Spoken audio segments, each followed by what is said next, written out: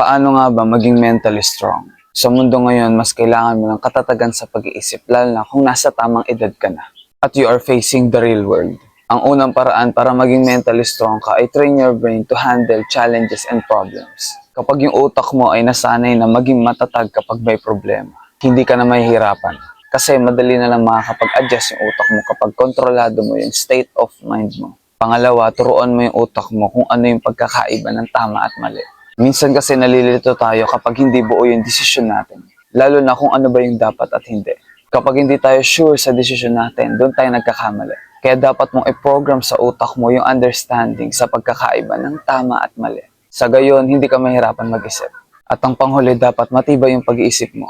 Hindi ka basta-basta nagre-react. Mag-iisip ka ng mabuti kung kailan ka mananahimik at magsasalita.